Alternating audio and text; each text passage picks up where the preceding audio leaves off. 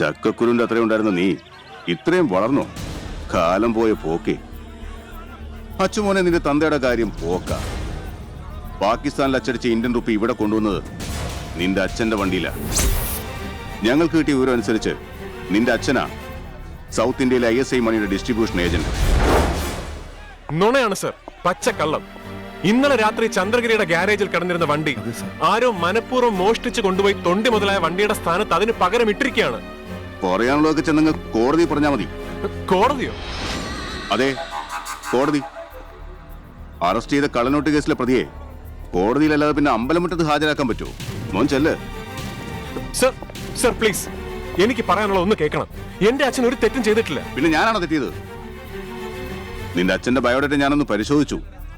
ശരിക്കും ഒരു feudal fascist, കയ്യൂക്കിന്റെ ബലത്തിൽ കാര്യം നേടുന്ന കസവ് പൊതച്ച ഗുണ്ട.